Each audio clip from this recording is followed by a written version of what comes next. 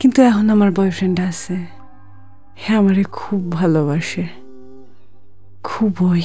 হ্যাঁ, হ্যাঁ নাম জয়ন্ত। নমস্কার, আমি জ্যান্ত জয়ন্ত। ভাতের ফ্যানটা গেলে দে, পুড়ে যাবে তো এবার। কি রে বৌমার ওষুধটা আনলি? কিচ্ছু মনে রাখতে পারে না, সব ভুলে যায়, হাঁদা একটা। স্যান্ডো গেঞ্জি আর পাজামা পরে জোকারের মতো দাঁড়িয়ে থাকিস না। এই বয়সে কত কাজ করছি দেখ। যা গেলে দে।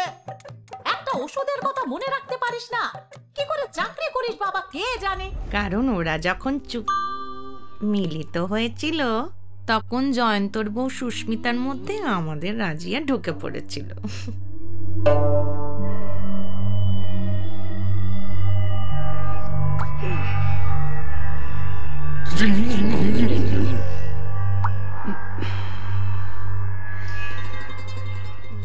দারুণ। এটা কি রোজই হয়? হ্যাঁ, প্রায় হয়, মাঝে সাঝেই আসি আমরা। না, সুস্মিতা না থাকলেই। এইটা তুমি কাকে আনলে রাজিয়া? বাইপাসের ধারেই পোলাডারেই পাইছি। আরে তাই বলে ছেলে? না এগোবে না, এই ভাই রাজিয়া, এই না তুমি দাঁড়িয়ে না না না, এই রাজিয়া এরকম করবে না ভাই ভাই, না এগোবে না। আরে